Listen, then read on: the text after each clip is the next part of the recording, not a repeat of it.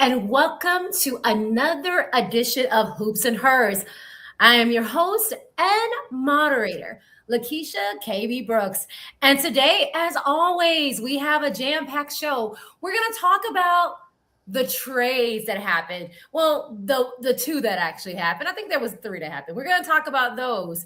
And we're going to also talk about the Chicago Sky and Sydney Taylor. So we have so much jam-packed in this show today. But before we get started, I want to bring in my esteemed and beautiful panelist.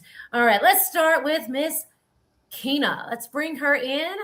Kina, let's bring her in to say hey to everyone. We also have Courtney and Anne-Marie. All right, ladies, how are we doing today? How are we feeling? Feeling good. Pretty Feeling good. excited to be here since I wasn't here last week, so I'm excited to be back with you ladies. Well, I want you to talk to us about. I know that you were at All-Star Weekend having a good time. I spoke to somebody else at All-Star Weekend. I heard you guys were turned up. Like everybody was turned up, everyone was having a good time. So I'm going to assume you were also one of those turned up people that was having a good time. I was. So, how was it? Give us just a little taste of what it was for you to be in Chicago. It was just unbelievable.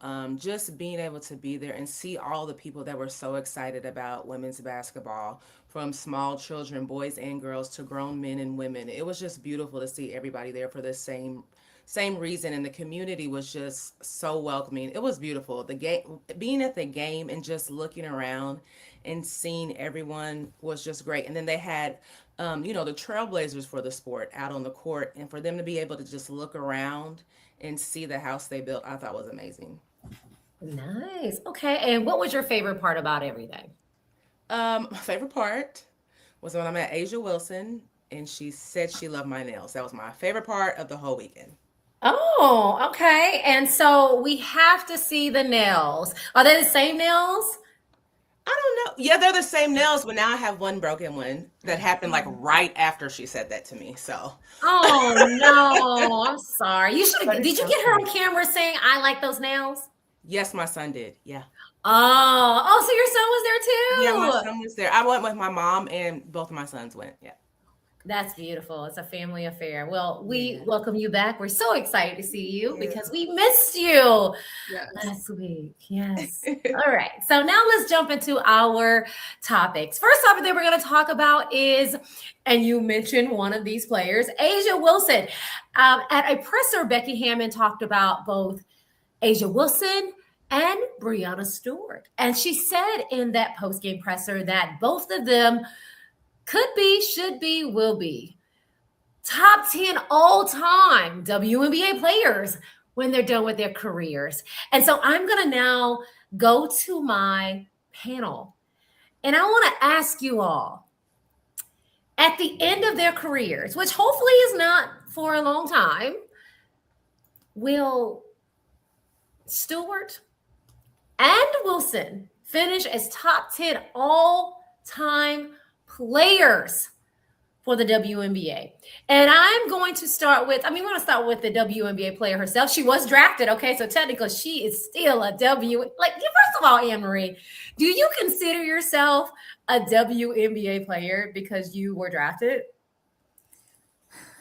I think more so because I made the team initially is why I feel like I just think being drafted these days with not that many opportunities, it's really hard to get on a team. So definitely grateful to have been drafted, but I think more so making a team is a lot harder. So just really grateful I made a team. I ended up getting cut midway through the season with some people moving around, but it was a great opportunity. So technically I would be a WNBA player, but it was brief and short-lived, but we're grateful for the opportunity for sure.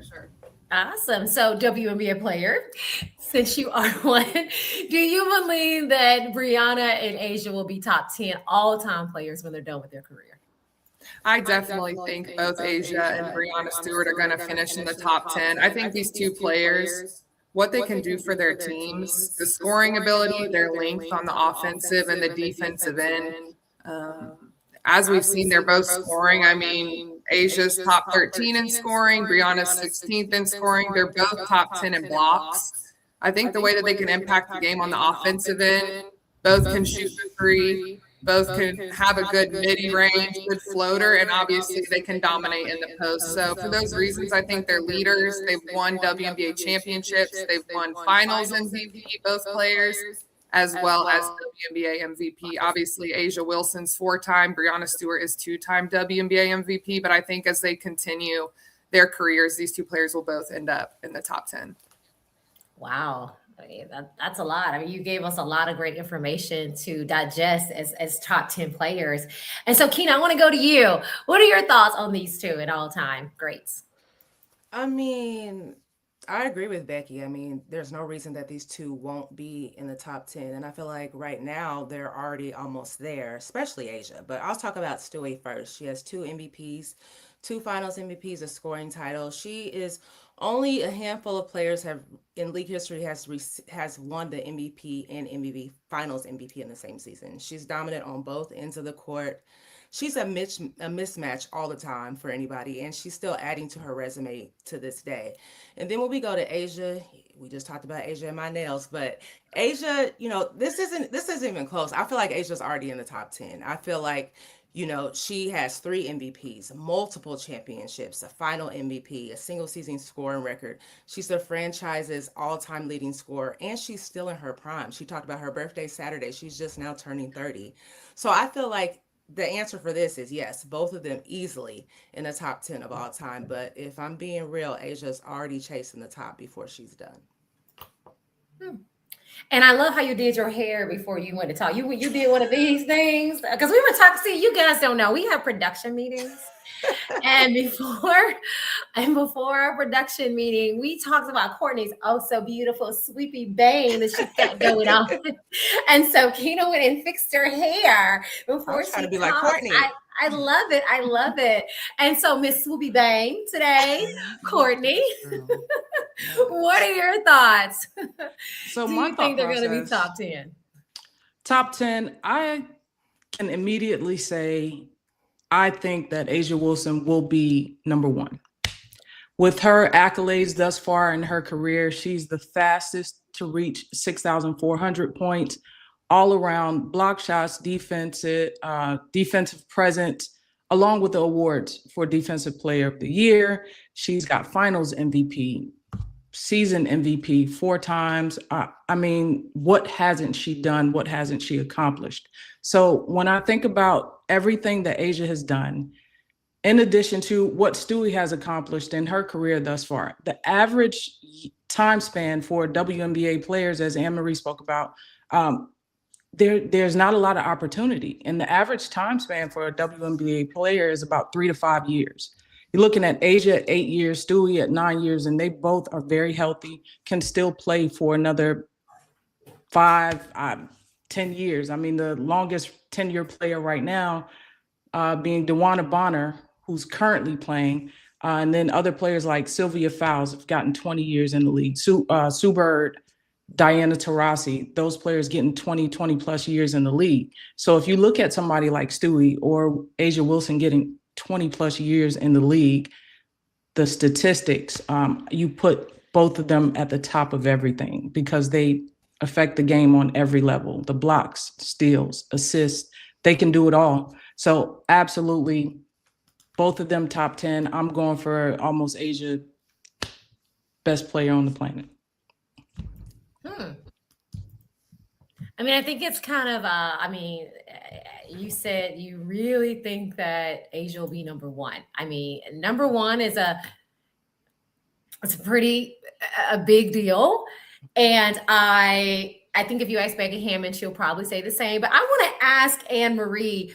Courtney said that she thinks that when it's all said and done, after everything, that A'ja Wilson is going to be the best player, number 1 all-time WNBA player. Anne-Marie, what are your thoughts on that? Do you agree that she will be number 1? I think it's definitely likely. I think obviously all things said as far as injuries, those are things that are kind of out of players' control. But I think the trajectory that A'ja Wilson is on with her scoring, her rebounding.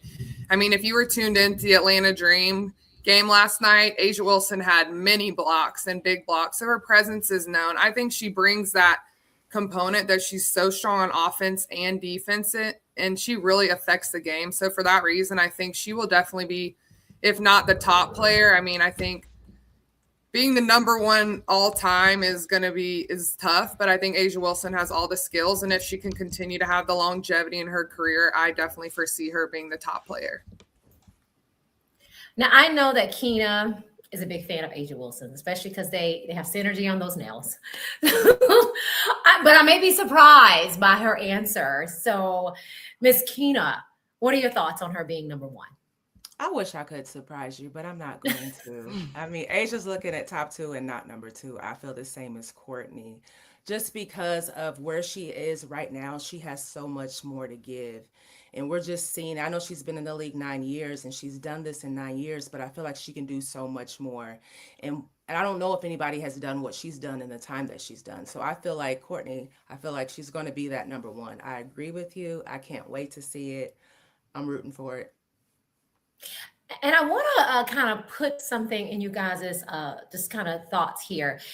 Do you think with Maya Moore retiring as early as she did, that that's the reason why maybe she's not in that discussion to be the best WNBA player of all time? Because Maya Moore, the numbers that she puts, I feel like a lot of times people forget about her in the discussion and the conversation because she did retire so young, well, relatively young, and, you know, went on to be an activist and a wife and all the beautiful things you want in there. But where do you feel that Maya Moore fits in this conversation? And do you feel that her retiring early is what's taken her out of being all-time great? I want to start with you, Courtney.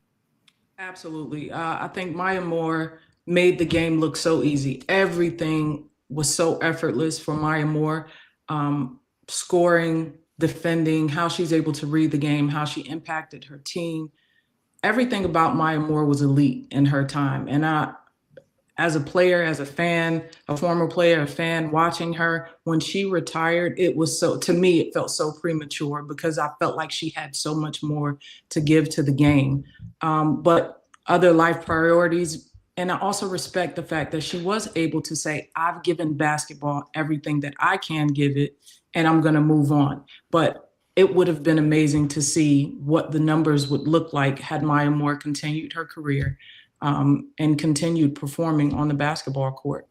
I definitely think numbers look different with Maya Moore's accolades in the picture. Yeah. And what about you, Anne-Marie and Keena? What are your thoughts on Maya Moore?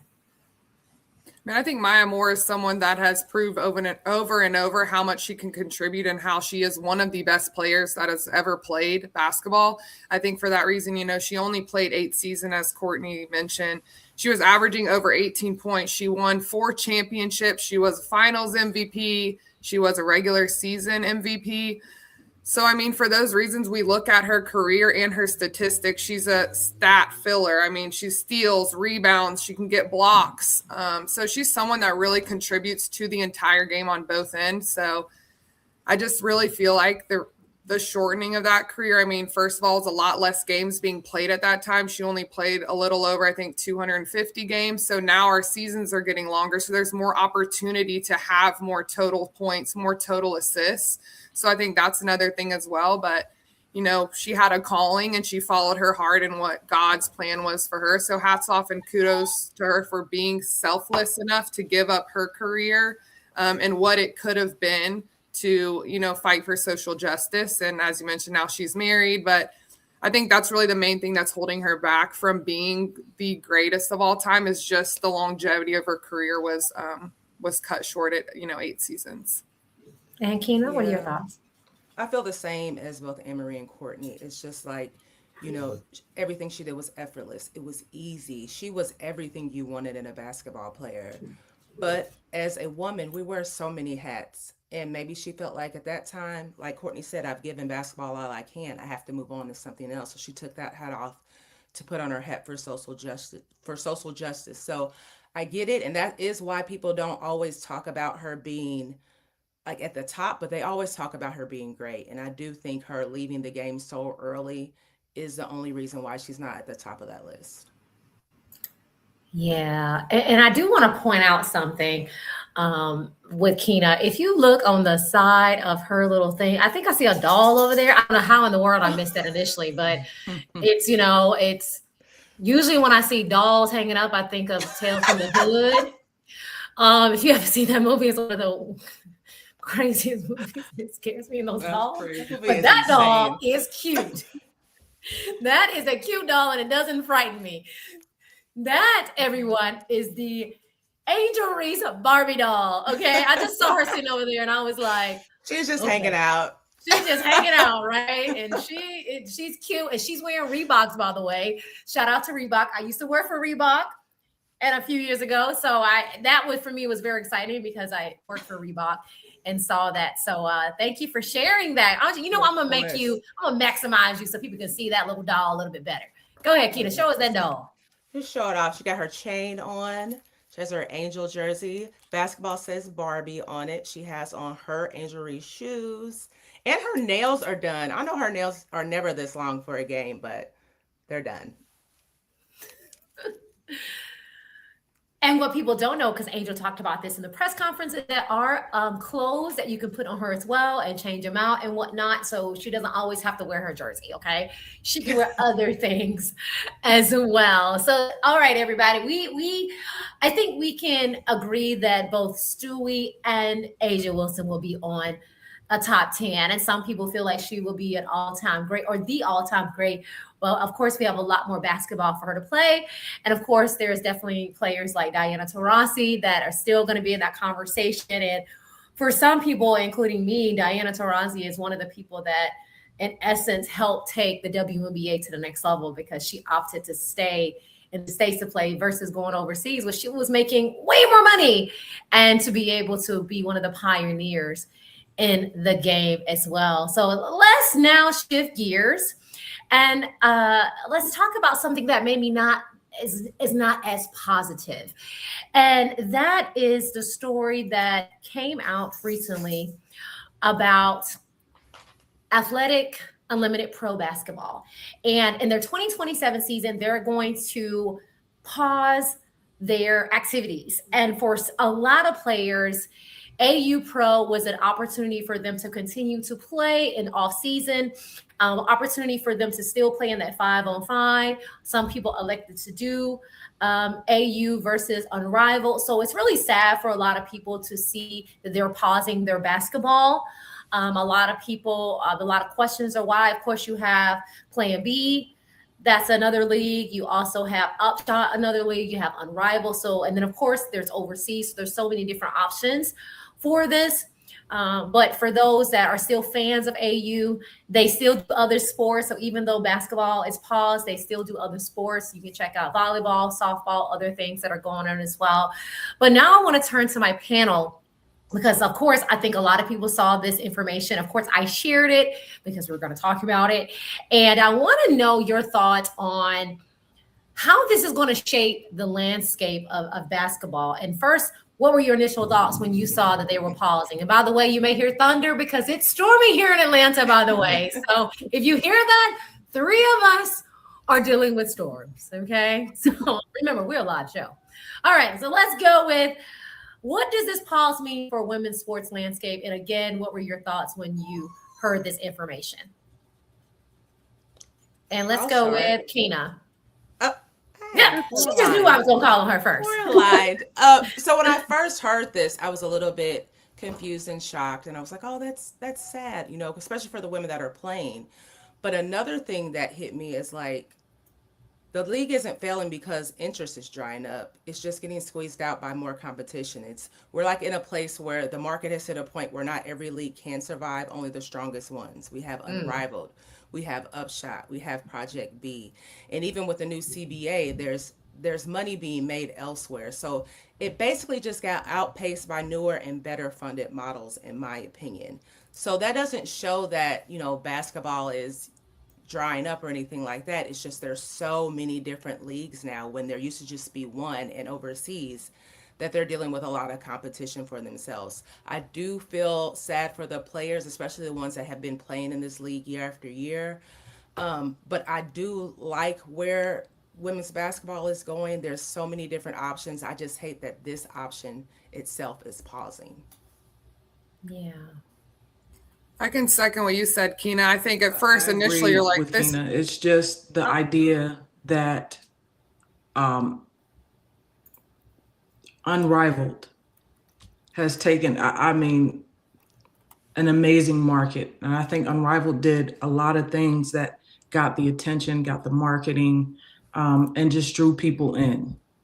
And it just kind of overshadowed or overpowered it. It's not indicative of the direction or space of women's sports. I think it's just nothing wrong. There's nothing wrong with the pivot. When you see where the market is going, you want to put out the best product. And I think pausing to reevaluate and reassess how to do that for the players, for the viewers, is a smart decision. So I understand that it may be hard or difficult for those players. However, yeah, I think they just kind of got beat out by other avenues. And I totally agree with that. I think initially when you look at it, you're like, why? Women's basketball is hitting a peak, like you said, Keena. So you're like, why would it be folding? But I think for a few things, AU was formed in 2022 when salaries in the WNBA were not as they are now after the new CBA.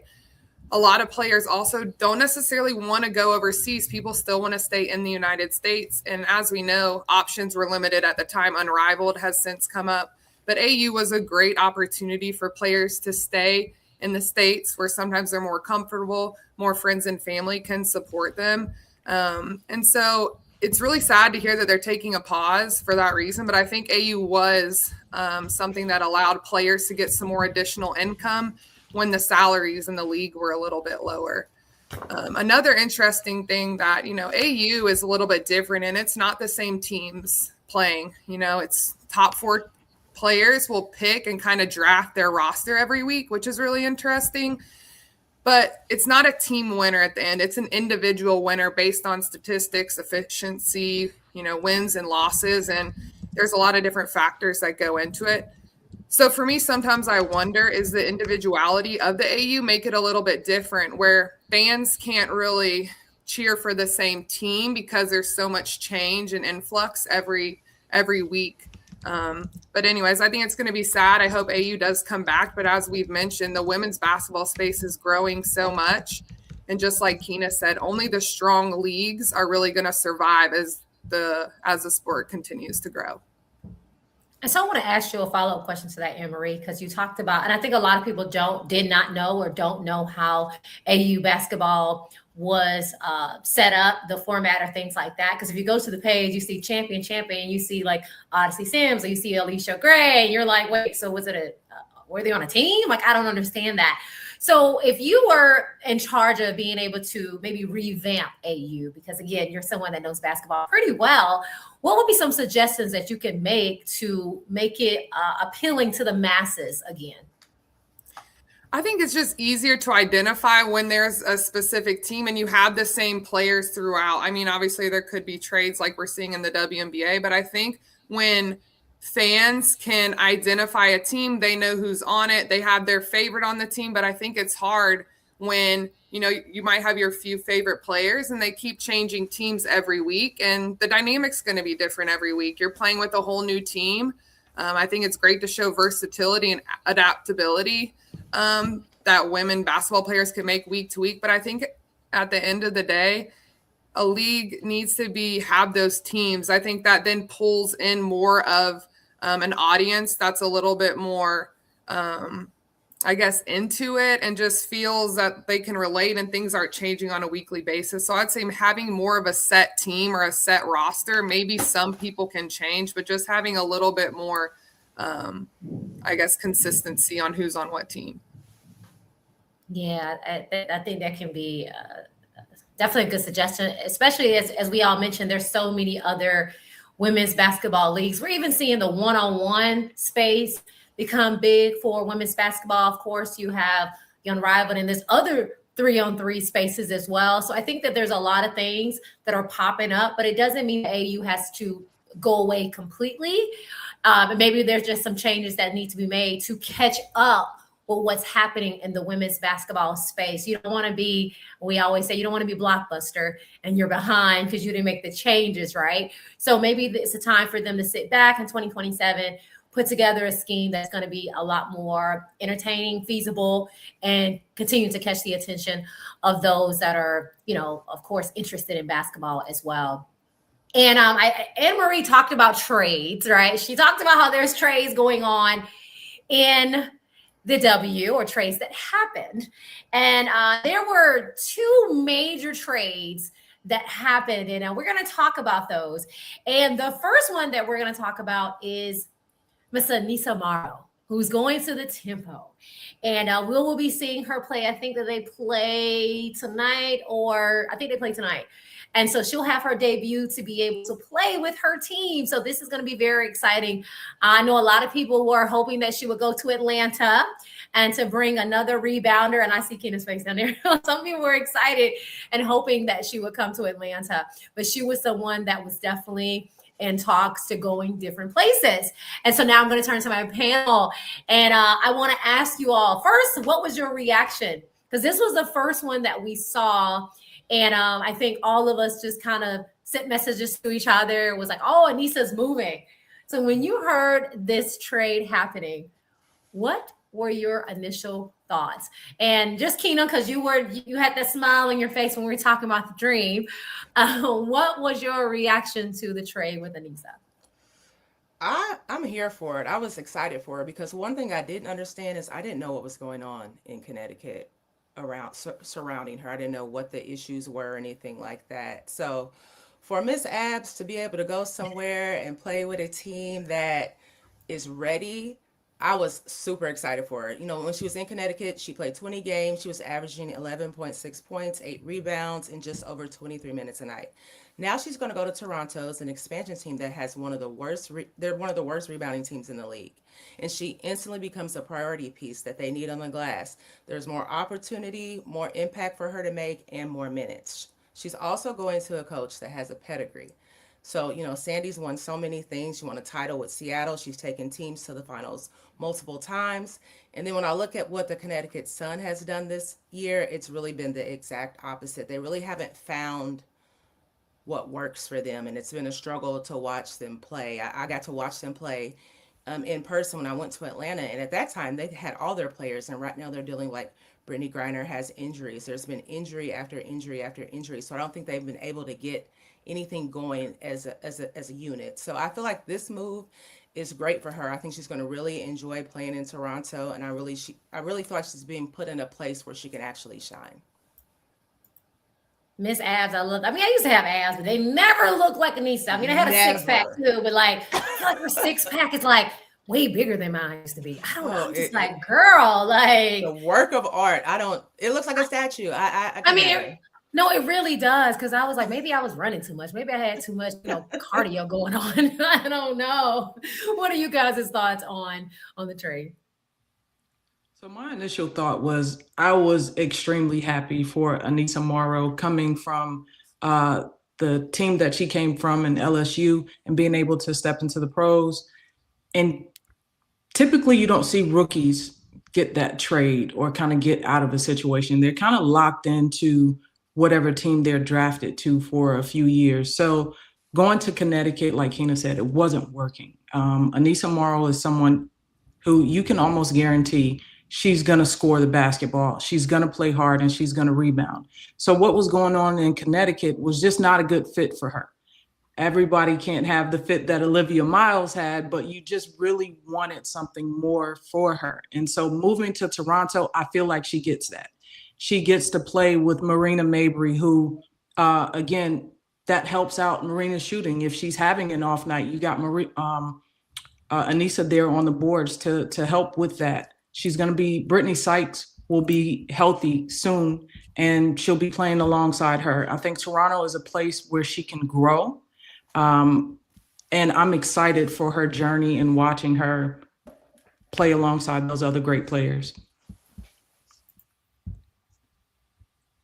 I think it was a great pickup. I think, as Keena mentioned, they had the worst rebounding efficiency.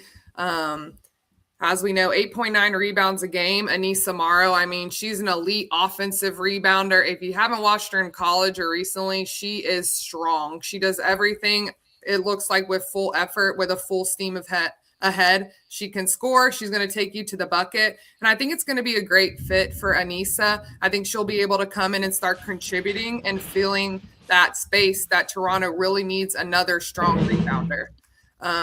For Connecticut, as we know, they got, Connecticut, they got the second draft pick from Toronto, as well as a player who hasn't played recently, but was in the league. Her last name has changed, Maria.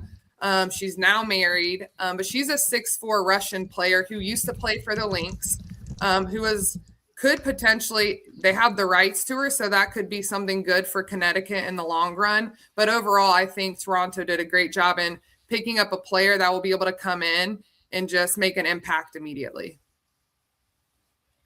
Do you all think that this is going to change? Maybe not even if they can make the playoffs, but maybe at least get a push, maybe like get them in like some conversations, like, hey, maybe they can do some things with adding. And not only that, like you said, some of the pieces are coming back that were hurt. Kiki Rice also coming back and things like that. So how do you think it's going to change? Even if they don't get in the playoffs this year, how do you think it's going to change just kind of what they can possibly do this season to end the season? I'm going to start with you, Anne Marie. I think, as we know, rebounding is a huge component in this game. I think Aneesa Morrow is going to play some solid minutes. I think she's going to help them. But I think having some of these players come back and be healthy, it's really hard when contributors go out. New players have to step in. You got to figure out how to adapt and get wins. A miss, no one cares what's going on. You've got to still get wins. So I think this is a big pickup for them. I think having other players come back, from being injured, I think they'll be able to pick it up. Will they be able to get in the playoff talk or discussion? I'm not sure, but I think they can continue to build and end the season on a high note. Kina, Courtney? Yeah, I feel like it may not be the push to push them all the way into the playoffs, but I feel like with everybody coming back, they can build on something. They can work towards next season. I feel like they're going to be great with everybody coming back. We'll probably see a whole new Toronto Tempo team. And with adding Aneesa to get those boards and just her motor and her aggressiveness, I feel like we'll see a totally different Toronto Tempo team. And they started off well, so we'll just see where they go from here. Yeah, that's what I was going to say. They started off with the fire, and the expansion team is like, wow, were they going to do something similar to what Golden State did? Golden State came in, they were immediately contenders, and then they got hit with the injuries. So now you're just kind of looking at that place for them to kind of rebuild, to get that foundation back together, to start to build that chemistry and kind of get ready for next year. I think they'll still be a tough team to play. Like, I wouldn't want to play them if I was a team fighting for a playoff position. They're still going to be a very hard team to beat. But I think the focus now for Toronto may start to shift towards building for next year and just being a competitive team down the stretch. Everyone knows there was another trade that happened. And I don't think anyone was surprised that this player was traded. So Kelsey Plum was traded to Phoenix. I don't think anyone was surprised that she was traded because we actually talked about her last week as somebody that's possibly on the trade block. And so I think that the question was, oh, why Phoenix? Or, oh, that's interesting, as some of the reactions that we've seen so far. So Kelsey Plum is now in Phoenix. She played last night, did pretty well in 21 minutes of action. And so again, going back to my panel, Courtney, I want to start with you. Even though we saw a game last night, they were able to beat the Chicago Sky in that. They came back at the end to win that, because when I stopped watching the game, Chicago was winning, and I finished my pressers and everything like that and was like, oh, Phoenix won the game. So I'm going to ask you all, is Kelsey Plum a good fit for the Mercury? Courtney, what are your thoughts here? Absolutely. I think this was genius for Phoenix. I think it was perfect. If you look at Kelsey Plum, she is a player who can score. She is a pure scorer. She doesn't need help getting a bucket, but if you give her a screen or set a pick for her, it helps. But she can get to the basket. She can hit the mid-range shot, and she can also find the open player. And her three-point shot, again, just everything about her game is top-notch. She's very hard on herself. She wants to win. She wants to win right now. So there's a sense of urgency about her. She's a competitor. And those are things sometimes you can't teach that sense of urgency, that killer instinct. Kelsey Plum has that. If you look at a team like Phoenix currently 11-19 record, 13 of those 19 games, they lost by 10 points or less. Kelsey Plum closes that gap. She's absolutely the person who steps in and hits the big shots when it's needed. So some of those lulls that you've kind of seen Phoenix have where they kind of couldn't find a bucket or kind of couldn't find the rhythm that they needed to win some of these games, Kelsey Plum is absolutely the person who's going to close that gap and help them figure it out. We've asked this question earlier about what wasn't working for Phoenix. Why do they have so much talent on that team, and Kahleah Copper and Alyssa Thomas and then DeWanna Bonner? You have such an experienced core, and they weren't producing or they weren't finishing those games. I think this was a great move for Phoenix to have that veteran leadership and to continue to build on that. Okay. Oh, we can't hear you, Emery. Sorry, technical difficulties. Okay. That mute button will get you.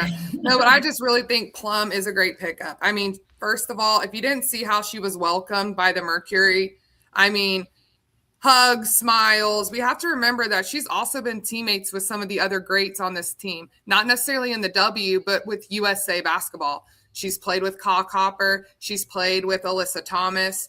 And I really think the way that she plays, I mean, the grit, the fire, the passion that she has, it aligns with these players. We know Alyssa Thomas, she leaves it on the court.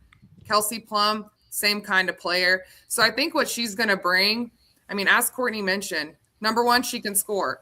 She can create her own shot. She can create shots for other people. She's shooting 38% from three, over 52 from the floor, over 6 assists and averaging over 23 points. So for me, this is a huge pickup for Phoenix. I didn't agree with the C- trade because I feel like Phoenix, this is just the player that they need. And in my opinion, it's going to be tough, but I think that Plum can be that piece that helps them get into that playoff discussion. And honestly, if you look at their roster, it's possible they could be in the running for a championship. Do I think it's going to be tough? Yes, but they have the vets. They have Sammy Whitcomb, shooter, DeWanna Bonner, length, can shoot, can guard. So I really think that this pickup for Phoenix could turn the season around. I know a lot of people are worried about how long is she going to be there. She's a West Coast girly, you know. Come on, she's going to stay on the West Coast. She's been at the Aces, the Sparks. Now she's in Phoenix. But I really think that this could be a fit. And if they continue to do well, hard-fought win last night against Chicago, I think that Kelsey Plum could potentially stay, and Phoenix could be a good fit for her in the long run. Good point. Kenny, any thoughts? Yeah, I mean, I agree with both of you ladies. I think it's a great fit. Phoenix already has Alyssa Thomas. They have Kahleah Copper. They have DeWanna Bonner. But their offense is actually taking a step back this year. And it could be in partly because they did lose Satu to the Liberty during free agency. But with Kelsey Plum, like Courtney said, she's a scorer. She's going to get you those points. And also what helps is it takes the pressure off Alyssa Thomas as a playmaker. Last night, Kelsey had 20 points and 4 assists. The load of playmaking has been on Alyssa Thomas's shoulders. And I feel like with Kelsey Plum being there, a lot is going to change. And just like it's been, like we've seen, one question is health. Is she going to be healthy enough to stay on the court? But she looked happy last night. She looked good. They got the win versus the Sky. So I was excited when I heard the trade. I did kind of wonder about why Phoenix, but I can see why. She's there to help, and I think she's going to do great there. And I heard some of you all talk about her performance last night. We talked about the 21 minutes and the 20 points. What was the most surprising that you all saw from her fit with Phoenix, whether it was her gameplay or just how well she messed with the team? What are some of the surprises that you all saw from the game last night? For me, it was just seeing her mesh well with the team. It was like instant chemistry. It was there. And then another surprise, like she didn't look like she had ever been hurt. I loved watching her play. She looked great out there. It looked like there was nothing hindering her. So the main thing I saw was the chemistry that she already had with the other ladies on the team. I think ballers are just going to ball. And for me, she hadn't even been there a day. Who knows? She might have done one shoot around. But to me, just her ability. It's hard sometimes to jump into teams where you already have top players. You already have people who are performing. So trying to find your way in there without stepping on toes, but also being assertive and showing that, you are a leader and you're going to be a contributor. I think just hats off for her coming in and showing that she's focused, poised, and that, she might be the piece that Phoenix has been missing. Yeah. Anything with you, Courtney? Oh, one of the main things I noticed was Alyssa Thomas's immediate kind of passing the ball to her and just kind of stepping back into a different role and allowing Kelsey Plum to operate in her strengths.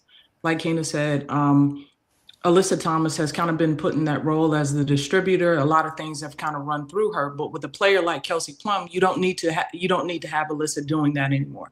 So the respect factor for her, just kind of trusting Kelsey day one to take that role and to lead the team in that way is something that I noticed. She immediately, it didn't look like she'd been out for 5 weeks. Her cardio, her conditioning looked great, even though she said that she's still trying to get her rhythm back. It just didn't seem like she was out of shape or bothered at all. And the one other thing that really stood out, Phoenix looked like they just had a second wind, a second burst. And I think that's just for what they all see as the potential and where the team can go with a player like Kelsey Plum. Well, we have Anthony back. Hi, Anthony. We always enjoy having you. And so he had a really very interesting point. So, Anthony, I'm going to just share it. He said Plum won't stay in Phoenix unless they offer her the max. So I see some reaction to this. And so, Courtney, I see some nods. What are your thoughts on Anthony's comment that she won't stay there unless they offer her the max? You're right, Anthony, and they should absolutely offer her the max. I think, Kelsey Plum coming from Vegas and being with such a high-powered team and as talented as she is, still being kind of like the second and third option, that's not what she wanted. She wanted to be a part of a team where she was the go-to person, the leader, and someone that, would carry the load of having a Supermax deal. And I think she's worth every dollar. Right. Any other thoughts on this? I agree. They should offer her the max. The scoring ability alone, but she's also a leader. I feel like she deserves that max. And I would like to see it. And I don't know if she won't stay if they won't offer her the max, but I do believe she does deserve it. Yeah, absolutely. And I don't know if it's all about the money all the time. For me, I think, it was kind of funny. Her last contract was, $1 below $1 million. So, I think that Kelsey Plum is someone who's going to be paid and get what she deserves. But for me, when you're a competitor and when you want to be on a good team, when you want to be with like-minded players and Alyssa Thomas, and when you have that good chemistry, sometimes getting that few extra 100,000 at this point, she has endorsements. She has a lot of other things going for her. So to me, sometimes I think that true competitor side, if you're on a team where you see you can be a champion contender, that might balance out if she would if she would get a Supermax and if that would make her stay or leave. Well, Amory, I want to talk about that a little bit because she was on the Aces. She was not the star. That was A'ja Wilson. Then she went to LA. She was a star. All this have happened. Quickly became a non-championship factor. Do you think that may change her decision about, as you mentioned, getting the Supermax, wanting the money and things like that? Because she saw a different dynamic in the Aces where she could have stayed there and won championships until forever, but not the star. In LA where maybe she could be the star but not have championships. Do you think that may have changed, as to Anthony's point, whether or not she may stay for a max deal or not? We all know Kelsey Plum and we know the competitor that she is. I think she wants to win a championship again. And, I think she has the ability to do so. And I think she wants to be the leader on the team. Obviously moving from the Aces, being on a team that has a lot of the star power, you're sharing minutes with a lot of heavy guards, Chelsea Gray, Jackie Young, and then you had A'ja Wilson as well. So, a lot of other stars. You move to the Sparks where, you are more of the focus and more of the center of the team. But unfortunately, being out the past 11 games have been tough. The Sparks are in 9th, as we know, and now she's moving to Phoenix, who's also not really in the playoff runnings right now. But I think just finding a team that aligns with how she plays. And for me, I think Phoenix is a great fit. And at the end of the day, if you want to win a championship, sometimes, taking a little bit less of a salary to reach those goals and to get that hardware might be a little bit more important. Yeah, good point. And I want to ask, now we're going to switch gears. We're going to talk about her former team, and we're not talking about the Aces. We're going to talk about the Sparks. Do you think that they gave up this season? They obviously got rid of their GM. We've been saying that their coach is on the hot seat as well. I think that there was some issues with trading Rickea Jackson. That might have been why the GM was fired. So it's just a lot of things that seem to be going on. And of course, now they trade their leading scorer and Kelsey Plum. So ladies, do you feel the Sparks gave up this season and are just looking to rebuild? I'm going to start with you, Courtney. What are your thoughts on that? Absolutely, they tanked the season. And they tanked the season. I didn't use the word tank. I said never, ever. Not take the season, but I think that a lot of the decisions that they made seem to be for the future, more for what's currently going on the team. When you look at trading Rickea Jackson, Rickea is that young athlete that you can build around. Rickea Jackson, she absolutely is someone who can score, she defends, she plays hard. So trading her away early on in the season, you kind of just wondered what the thought process was, what the strategic plan was. And then bringing in Kelsey Plum, and you're like, oh, okay, well, maybe they were just going in a different direction. But now that they're trading Kelsey Plum away, and part of what they gained were draft picks, I think it's important to mention that Juju Watkins may have 1 or 2 more years left in her college career. If I'm someone who's looking to plan for the future and want to, move pieces around and things around, I think that, trading away someone like Kelsey Plum, who's going to want more money. She's going to want that Supermax deal, like Anthony mentioned. You got to open up some things and opportunities to be able to get a player like Juju Watkins and build around her. So if I'm trying to make sense of some of the moves that have taken place with the Sparks, I think they did it for Juju. They did it for Juju. Hashtag did it for Juju. Or the potential for Juju. The potential. Ooh, someone at their door. Anne-Marie, you're about to say something. Go ahead. No, I just think that I hate to say that a team is giving up, but I think they just saw, Plum only signed a year. She's coming off 11 games being injured. We're not sure what occurred there, but she came to Phoenix ready to go. We can say that. I think they just kind of saw that maybe that wasn't the best option for them right now. So for me, I think they really just saw it as this is a time to rebuild for the future, getting a first round and a second round future draft pick, and then also getting a player who has been playing well and contributing in Okana Makani. So for me, I don't want to say they gave it up, but to me, they have pieces, but for some reason, those pieces haven't resulted in getting a lot of wins or being able to say that we're in the playoff running right now. You have NECA, De'Erica Hamby, Erica Wheeler, I think is someone that can step in and take some of Plum's minutes and still be effective and efficient. So for me, I don't want to say they gave up, but they gave up their top scorer and they gave up the second leading scorer in the league, which is obviously a big sacrifice. But I think also there's other players that are already on the Sparks team that can step up and kind of fill in the scoring that's going to be missed by Plum. Yeah, and Anthony has some other points here, and I just want to kind of talk about the last one. He said at this point, trade Brink, trade Burrell, and start rebuild. What are your thoughts on that, ladies, about trading Cameron and Burrell and just starting a complete rebuild of the Sparks? What are your thoughts on that? I don't know about trading them and start a complete you can rebuild around them. I personally don't see why you would trade them. I do feel like they're the reason, like this whole trading Kelsey, I do feel like they're trying to rebuild. I do feel like they're trying to start over. They're looking for the future. I don't know about trading Cam. I mean, she was what, the number 2 pick, and it's just like I don't know if they've utilized her correctly. I feel like sometimes they do and sometimes they don't. I feel like there's injury. I don't know if she honestly fits with the Sparks. So maybe it would be good to just start fresh, but I don't really know if that will help them out either. I mean, if you're starting fresh, who are you starting with? Well, according to Courtney, hashtag tank for Juju. We starting with Juju. That's right. Do it for Juju. Gotta get that Juju for Juju. Doing it for Juju. I get that too, though. I do understand that too. So if that's where, if they want to really build towards the future and just really want to look towards the future, I could see that. I mean, you still have Nneka, you still have De'Erica. So, I mean, I could see that.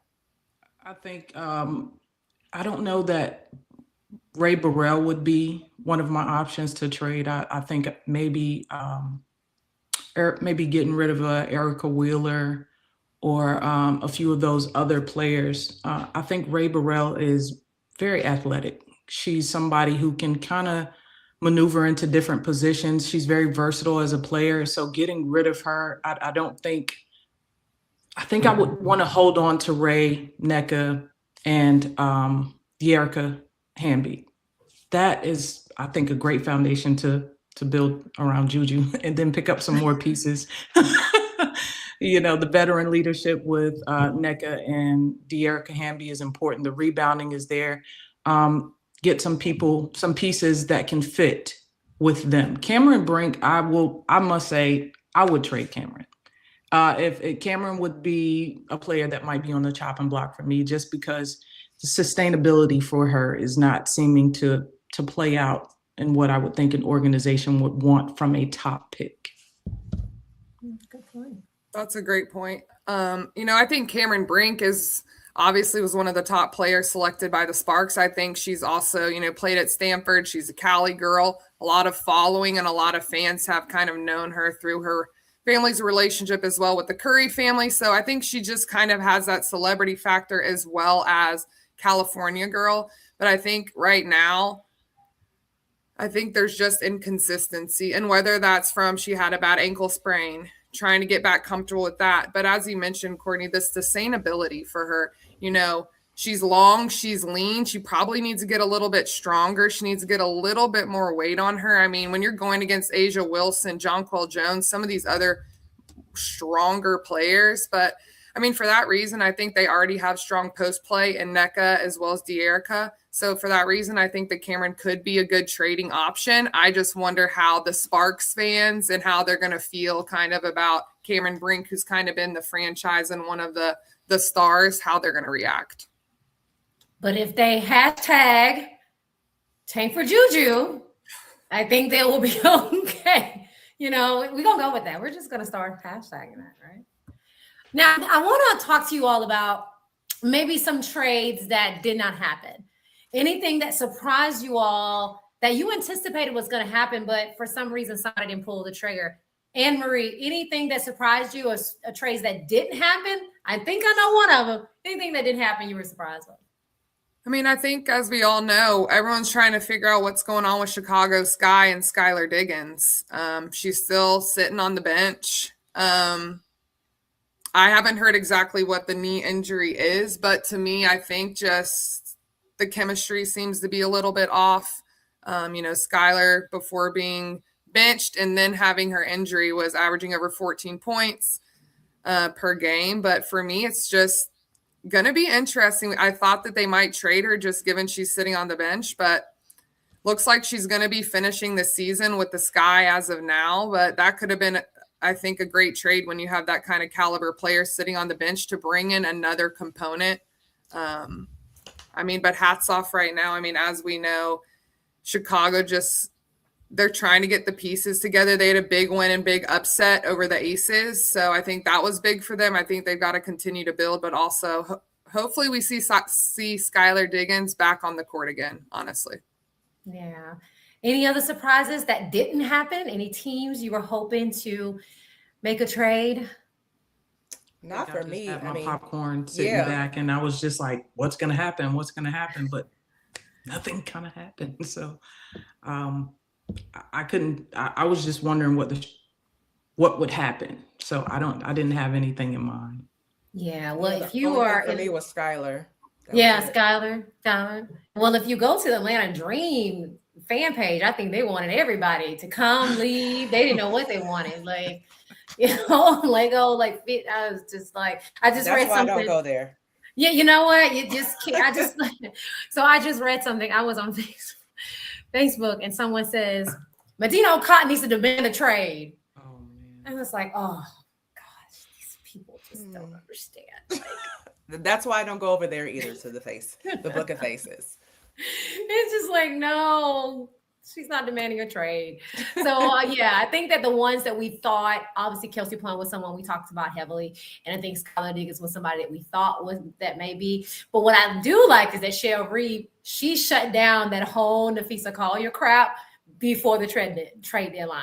She said, we have our team, we're good to go. So for all that like rumors and stuff going around, she shut that down pretty fast. So she's still there, and Minnesota is still on top of the standings. And speaking of top players, we've mentioned A'ja Wilson so many times today on the show, as far as the best in the league, could be best all time. And now we're going to switch gears and talk about I say that very strong, other MVP candidates, because there's a lot of names that are swirling around that could be potential MVP candidates. So I'm going to go to you all, and Kina, of course, we're not going to say A'ja Wilson. I'm also going to challenge you, not going to say Olivia Miles either. This woman, yeah. Then why am I here? No, what am I doing here, right? We're not saying those two. We're going to talk about some other potential. We can talk about MVP, some others. Some other MVP candidates that we think could give both Olivia and A'ja a run for their money. Courtney, who you got? Kelsey Mitchell. Okay. Can't go without saying Kelsey Mitchell. I think averaging 20 plus points. Kelsey Mitchell is absolutely grounding that Indiana team. She's playing alongside Caitlin, and Caitlin is starting to pick up her momentum with the her production in the team. And we have to just really acknowledge what Indiana is doing. I think they're coming into form at a great time in the season. Assists are up for Caitlin. Kelsey Mitchell, with her performance the last five games, I think she's got 20 plus points. She had like a 37 or 40 point game the other night.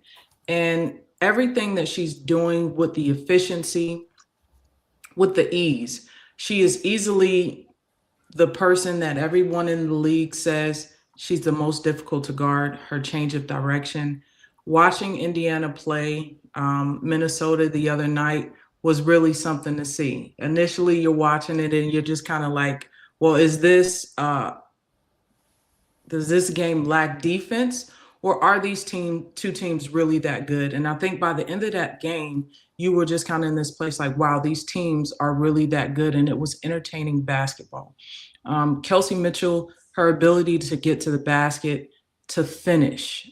Not only is she taking the shots, she's finishing and making those shots at a high rate, a high percentage. So everything that she's doing for Indiana right now, along with where they are in the season, I think Kelsey Mitchell is a great candidate for MVP. All right. Very strong argument. All right. Who else want to give their nominations for MVP? I'm going to go with Paige Beckers. Sorry, Kina. I think that, first of all, just the way Paige Beckers has come in, she's led her team. I think she's done a phenomenal job. I mean, most of the offense for Dallas is run through Paige in some way, shape, or form. I think she's done a really great job just showing up in big moments. Her stats obviously speak for themselves, and she's a player that can put the team on her back in crucial moments when they need a big bucket. Unfortunately, we saw a recent game where they lost super close. Paige gave up the ball, and after, she was kind of saying, I should have kept it, maybe should have tried to create. But, she's still a young player who's continuing to learn and grow in the league, but she's showing that she is one of the best players on the court. I think she's also just a great leader off the court. And for that reason, I think Paige Becker is definitely a candidate in the MVP race. Okay. We have Paige, we have Kelsey, Keena. Who you got, girl? Y'all talked about the two people I was going to talk about, but I'm going to talk about another person today. I'll talk about Stewie because she's still Stewie. And I feel like I know New York is struggling right now and her three-point shooting is struggling, but she's still averaging 20 points and 8 boards in the league. And she's still a walking mismatch. And I feel like she's been MVP before and she's still playing at her best. So I still feel like Stewie could be in the talks for MVP. Do I think she will win?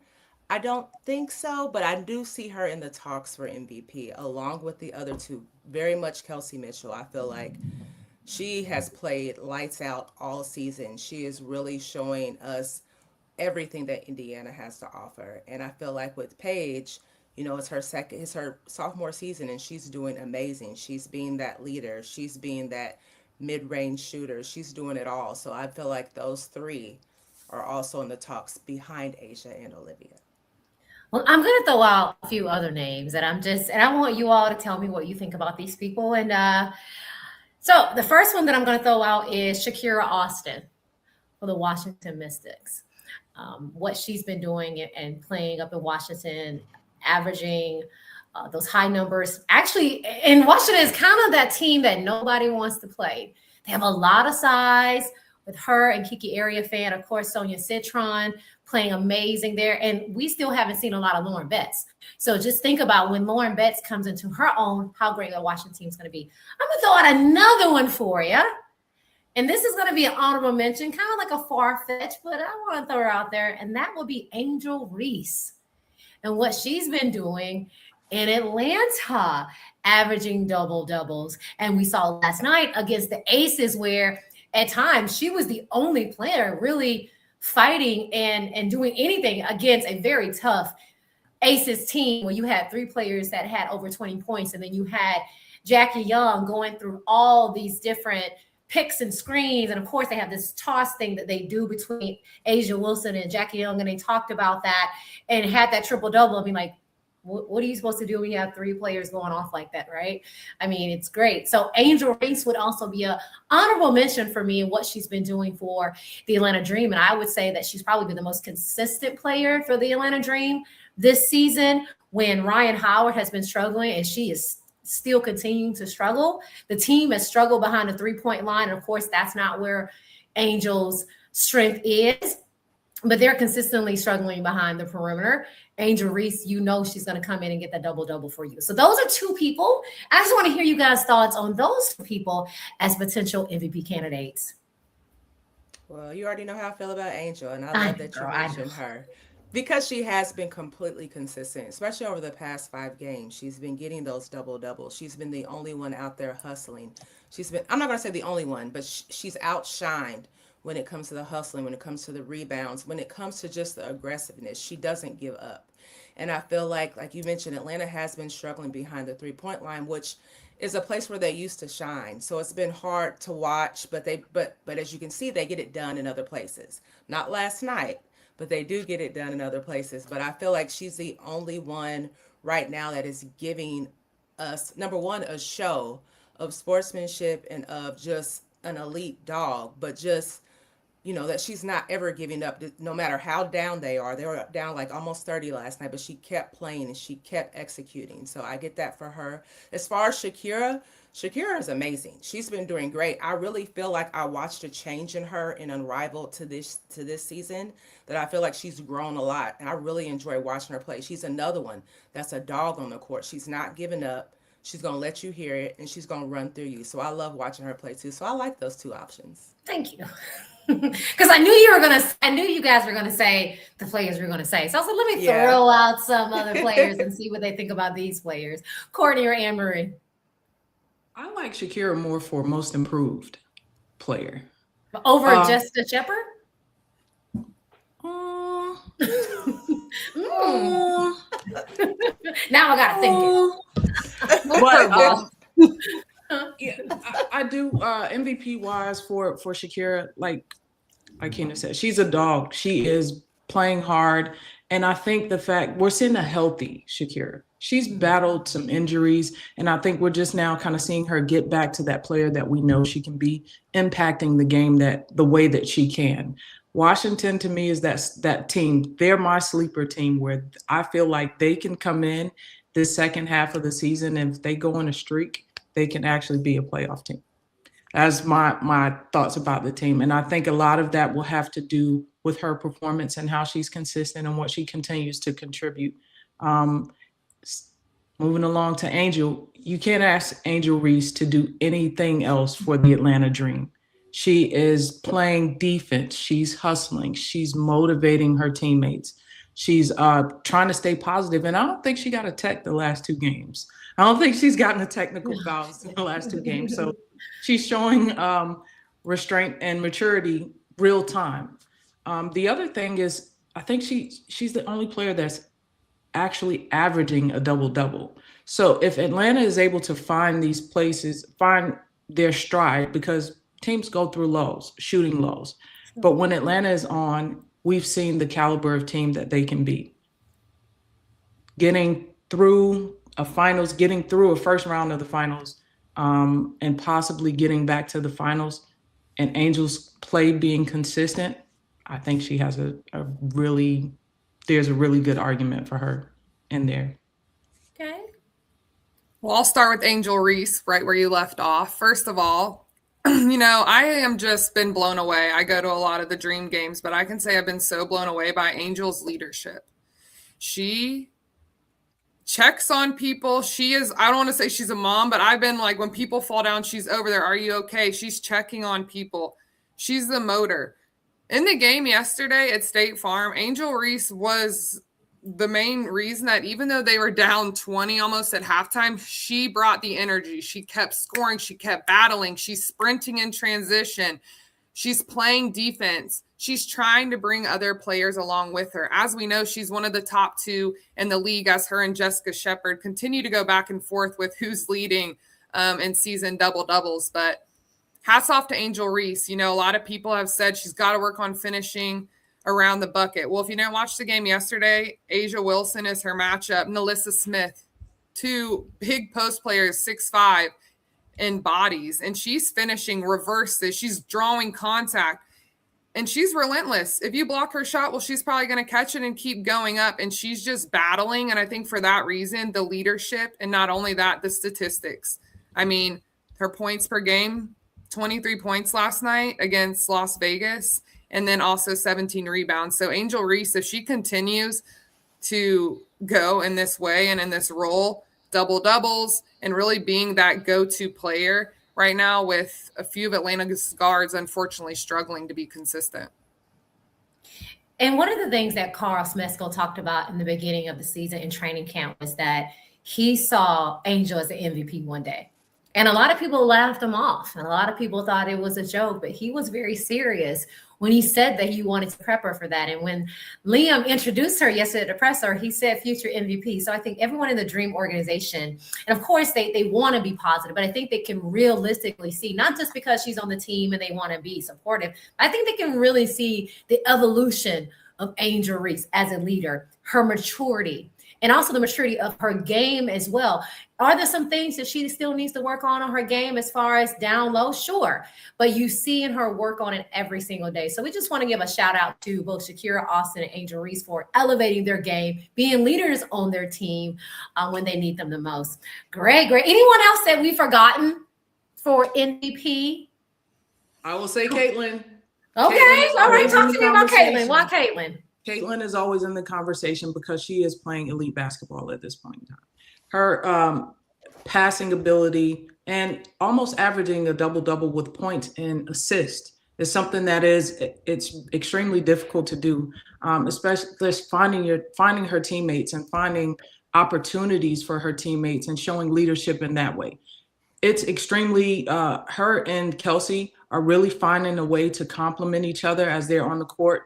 And Caitlin is still finding her opportunities as a shooter to help that team win. So I think Caitlin has to be mentioned in there because, again, what she's doing for the team and alongside Kelsey Mitchell, you can't go without mentioning it as something elite. Yeah, I think that Kate. Oh no, please go ahead, Henry. Well, I was just going to say, especially when you look at the last 4 games for Caitlin Clark. I mean, if you look at the last 4 games, she's averaging over 23 points, 9.8 assists, as you mentioned, Courtney. I mean, putting up that many assists and then also rebounding. She's rebounding almost 7 rebounds per game. So for that reason, we all know Caitlin Clark can shoot the heck out of the ball. She has range, but also what she's being able to contribute from a rebounding standpoint as well as an assist. If she can continue to keep up these statistics that she's had in the past few games heading into this second half, I think she's going to continue to be one of the top contenders for the MVP. And the main thing that we talk about with Caitlin Clark as a deficiency is the sloppy play. And she's cleaned up a lot of that as well. A lot of those turnovers, having a more efficient all-around game as well. So between rebounding, assists, cleaning up turnovers, and of course, we all know she can score. She's putting herself in that race as well. So it should be a very interesting. Right now, there's like Asia and everyone else, but I think there are a few people that are creeping up. We named some of them: Paige, Olivia, Caitlin, Kelsey Mitchell, that are all creeping up, that are making an argument for themselves to be MVP candidates as well. So maybe we'll have a situation where there's a co-MVP one day. Maybe we can do that. We'll see. So now let's shift our gears. And then we actually talked about this team a second ago. We talked about the Atlanta Dream. Now, they did have a really rough outing against the Aces. But I think that it's funny because I saw when I was reading online, because of course I like to go into these forums and chats. And when they got beaten, we're going to talk about Chicago in a second with Sydney Taylor, so I don't want to talk too much about her. But when she hit that game winning shot, some people said, oh, no, I feel bad for the Dream. They're going to take it out on the Dream. So I don't know if it was just that or the fact that, like, just the Aces being the Aces. But before that, the Dream was on a 5-game winning streak, right? They had got back Bree Jones, who was contributing to that inside-outside game that we really hadn't seen much from the Atlanta Dream prior to that. She gave a lot more scoring options, rebounding options, pick and roll options. So she's definitely been, you could definitely see the difference in Bree coming back. And so with that, again, we're not going to, last night game, toss that to the side, right? So without that, can the Atlanta Dream be a sleeper team going into the playoffs? We hear so much about the Valkyrie, the Lynx, and the Aces. Those are the 3 teams we hear so much about. But what about Atlanta? All right, Courtney. Can the Atlanta Dream be that sleeper team going into the playoffs? I don't think anybody's sleeping on them right now. I think they have kicked the door in and they're like, we're here. And I think that kick was led by Angel Reese. I think she got to the point when she came to the team. I think she brought a swagger to the team that Atlanta absolutely needed that. And I think that she's been wearing that title and holding that for the team. And I think everybody's aware that Atlanta is a competitor. They're a team that I don't think anybody wants to play them coming into the first round of the playoffs. If the playoffs started today, I don't think anybody that would be part of those top teams would want to play Atlanta. Ryan is in a slump right now, but we all know she's a streaky shooter, and once she's on, she's on. Alicia Gray is continuing to improve throughout this season. She's being more consistent, and her scoring ability is just unmatched as well. She's driving to the basket strong. She's also making her 3-point shots and finding her places to score.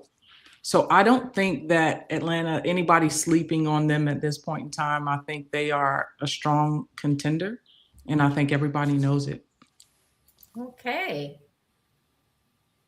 Keen, I see you nodding over there. Courtney and Anne-Marie and all of y'all just be talking such good stuff. And I just be agreeing. I just be nodding. But yeah, I do.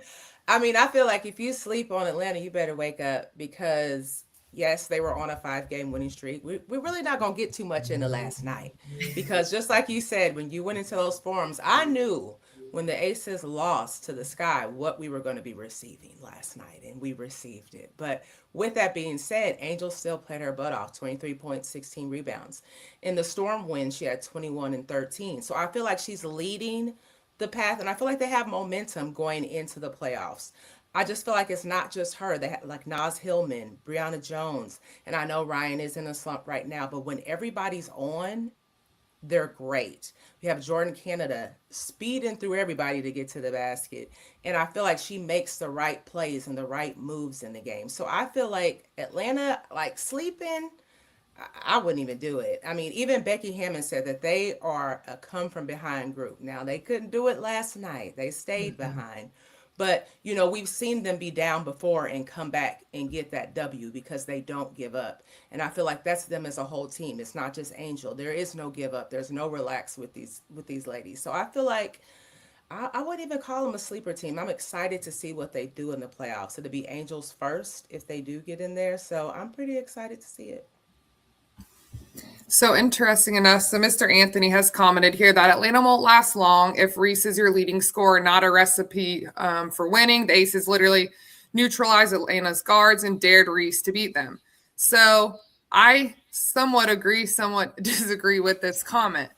I think that Angel Reese can be your leading scorer on some nights. Is she gonna? She doesn't need to be the leading scorer every night because there should be scoring that's coming from Alicia Gray as well as Ryan Howard more consistently. So, I mean, I think Angel Reese is going to continue to score how she's scoring. She's getting more efficient, more effective throughout this season. She's finishing more around the rim. She's never steered away from any challenges. She's going to continue to go up to into people. It doesn't even faze her if you block the shot. A'ja Wilson blocked her shot last night. She caught it, finished, and got fouled. So she's someone that's relentless. I just think some of the other guards for Atlanta have got to be more consistent and match the energy that Angel's putting out. But Atlanta's a tough team, and when they're running on all cylinders and everyone is producing, they can definitely be a championship team, in my opinion. Yeah, and I actually asked A'ja Wilson last night in the presser what changed between that first quarter and second quarter, because in that first quarter, the Aces had 6 turnovers. The second quarter, they had none. They actually finished the game with 9. So they went the rest of the quarters with only 3 turnovers, and they outscored Atlanta, I think 33-14 or something like that. And I asked her, and she said it was their defense. So kind of to Anthony's point, their defense basically locked down. And she said to me that is the culture of the Aces is on the defensive end. And so I'm going to kind of toss the question back to you all. If Atlanta's guards continue to struggle or neutralize, as Anthony said, and you do have to rely on Angel Reese or Bree Jones or whoever else is in the paint, can Atlanta sustain and make a long run in the playoffs if that continues? And Anne-Marie, I'm looking at your face. What are some of your thoughts there? No, I mean, I have been watching SEC, played in the SEC, so I love Alicia Gray. But recently, it is so important to stay focused and not let these outside pressures, whether it's the refs, affect your game. We saw yesterday, A'ja went to block. Alicia shot. She kind of got her goggles, and they had a whole interaction post-game about it. But we're continuing to see these guards get frustrated, whether that's from the refs, whether it's from shots not going in. It just seems that when they're not fully into the game and focusing on what they can do, sometimes their output is affected. So for me, if Ryan Howard as well as Alicia Gray, aren't going to be we need them to have 15 points a game, both of them, and if they're not, we need them to have rebounds and assists. So if they don't get it together, for me, I don't think Atlanta is going to continue to succeed as they have, but it's a lot of pressure on those 2 guards because we need them. And when they're not producing, Atlanta's generally not coming out with a win. Good point. Yeah, I agree with that. I mean, basketball is a team sport. Nobody is doing it on their own. So in order for Atlanta to be successful, everybody has to be there. Everybody has to give all they have. And right now, the guard situation isn't looking great. And no, we can't rely on Angel to be the leading scorer every game. She can do it every other game. She can do it as many times as she needs to be, but you have to have help. And I know once Ryan and Alicia are locked in and ready to go, I know that they can be a team that nobody wants to play. So, I mean, I can agree with that. If there's no extra help, they won't go far.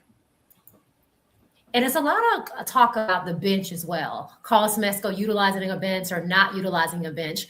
How impactful will a strong bench be for Atlanta as they continue on in this playoff push? Courtney, what are your thoughts about the bench? So when I just kind of going back real quick to the comment that Anthony made, I think when you talk about neutralizing Alicia Gray and Ryan Howard, I think the game plan goes a lot to that. You talked about the coaching, like players are on the court battling, but coaches are also in their own little battle too of X's and O's. And I think when the way they play defense on it, on Alicia Gray and Ryan Howard, there had to be some kind of adjustment to say, all right, if they're front facing them, it has to be adjustments. And that helps with everything else. Rotations, you have to have a bench. Every team that is a playoff contender, Minnesota, they have players that are coming in and they're contributing. You talk about Indiana, same thing. They have players that are coming in and contributing off the bench. You have to have that production as a whole. It's not one player. Atlanta absolutely is going to need players like Okot to step in, come in the game, and have some of those games like she had earlier in the season where she's scoring 17 points off the bench. Pau Pau's injured right now, so that's going to impact their bench performance, but you need that spark off of the bench with her coming in. So bench production is key to making it far in the playoffs, and it's a team effort, a group effort, as well as making end-game adjustments and substitutions. You can't leave the bulk of the load on Ryan, on Angel. There has to be development, I think, throughout the season where you're getting those minutes to your bench players where they can develop the confidence that they need to be able to come in the game and contribute. So, yeah, bench production has to be there. Yeah. Any other thoughts on the bench for Atlanta, Keena or Anne-Marie? The fans have a lot to say about who to put in. I think, with Okot, as you mentioned, she was a big presence early on, but now you have Brianna Jones, who's more of a vet, who has really shown that she improving herself in the league. So then you have Okot, who's unfortunately her minutes are being affected because now we have three posts that are really in a Naz Hillman, Angel Reese, as well as Bree Jones. They were kind of in that rotation, and now Okot's also trying to get in that rotation. So I think the Atlanta Dreams head coach, Carl Smimko, I think it's trying to find that rhythm, and then Kone's playing some, but sometimes it doesn't seem that there's a lot of consistency on who's coming off the bench and who's going to be those players for Atlanta that will have opportunities to contribute. Absolutely. So we're going to talk about a player that we mentioned a little bit, and that is going to be this young lady, Miss Sydney Taylor. And as mentioned, Sydney hit a game-winning shot against the Aces, and she talked about it, and she said she needed it. Because she had missed one previously and she needed it. And this is a player who was undrafted, as we mentioned before, played some time overseas and has come back and developed into one of the rising stars here in the WNBA. I think that a lot of people think Olivia Moss is going to win that Rookie of the Year, but Sydney Taylor and others are giving her a run for her money. And now it's time to go to my panel and ask my panel about Sydney Taylor. Is she the best player on the Sky? Courtney, I see a smile on your face. Is Sydney Taylor the best player for the Sky right now?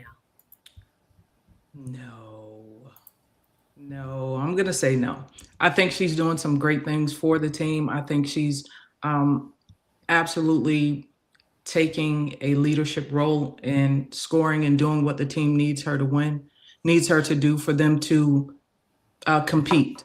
I'll say that. They're not winning the games I think that everybody in that organization wants them to win. But for them to compete, I think she's absolutely doing everything that she can. But for me, I don't think she's the best player on that team. Not when you have Skylar Diggins on that roster as well as Camila Cardoso.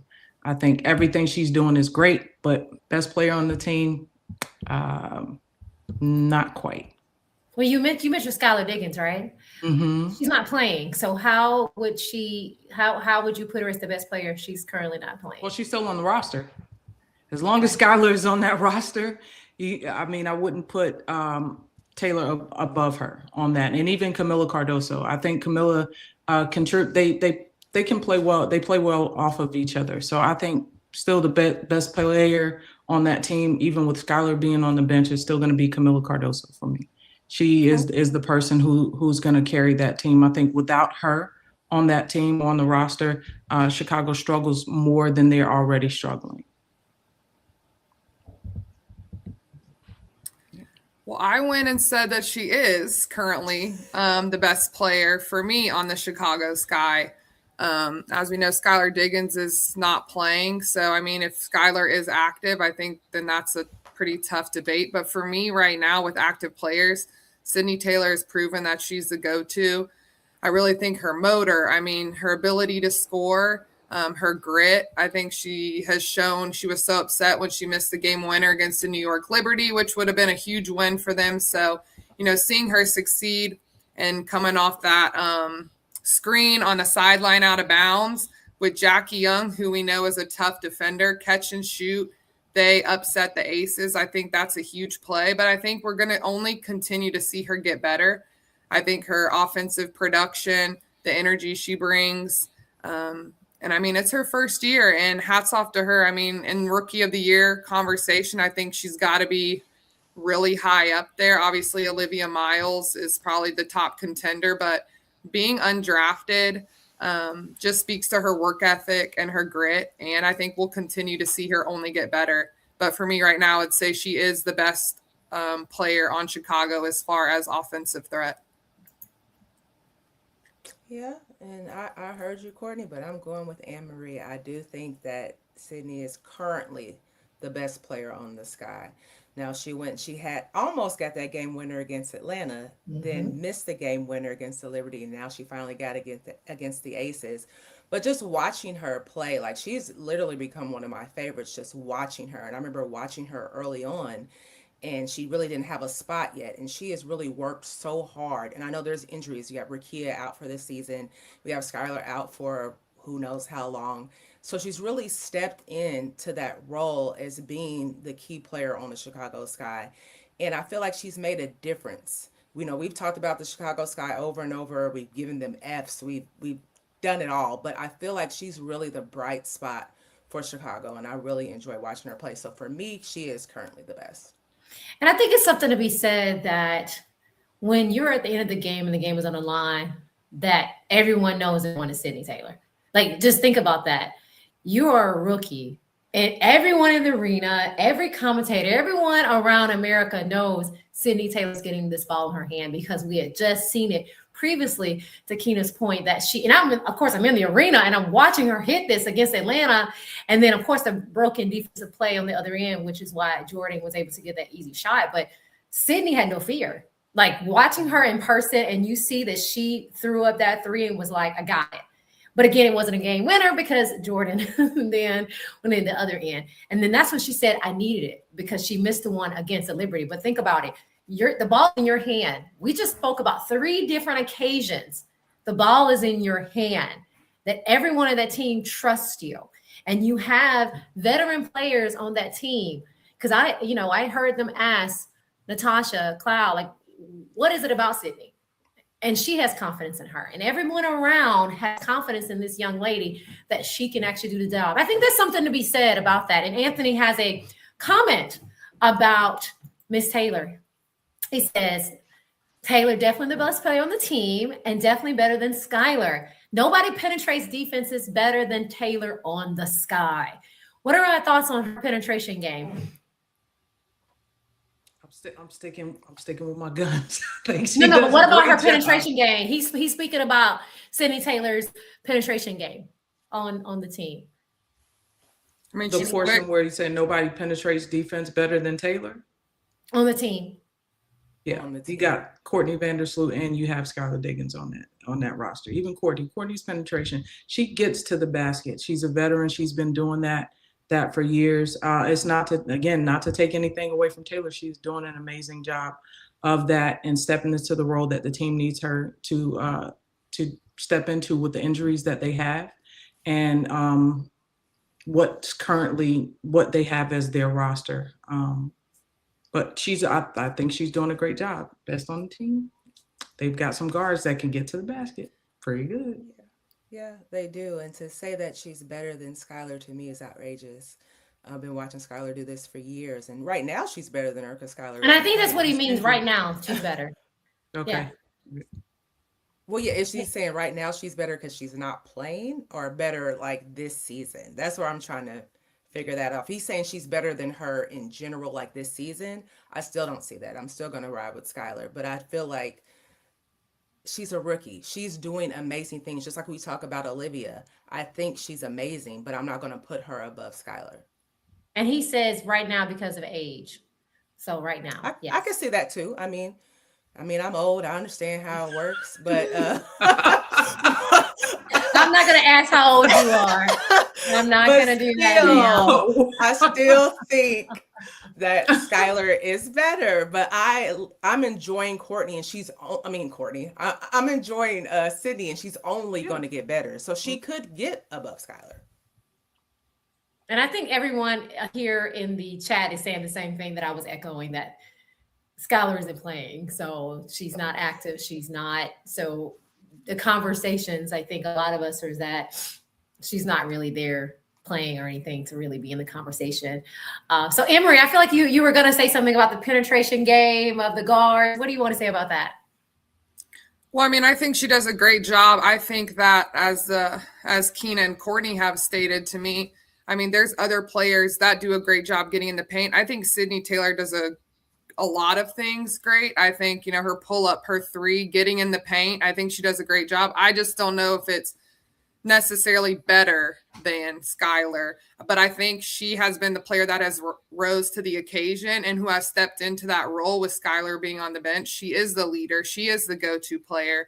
And I mean, stats over the past 3 games for Sydney Taylor are pretty wild, especially her shooting percentage. I mean, she's shooting 48% from 3, which is crazy. She's shooting over 52% from the floor, and then she's over 26 points per game. So I think that right there kind of speaks to recently why I believe she is the best player on the court. I think she can create, and she's starting to continue to gain the trust of her teammates, and that's why she's being put in these positions to hit the game winner or to be the player that gets the opportunity to win the game. Okay, now we're going to continue to talk about Chicago. Can they make a playoff push? Tyler Marsh, he talks about it in the pressers. He's very confident that the second half of the season can be different for them. They have Dejanay Carrington, and she's been a spark plug for that team as well. Definitely have a lot of great defensive plays. Now, my panelists, can Chicago make a playoff push? Who wants to tackle this one first? I can, and I think as great as Sydney is, and as great it is to have Dejanay back, I feel like they're still missing pieces. You have Rukia out for the year. You have, like I said, Skylar out for we have no idea for how long.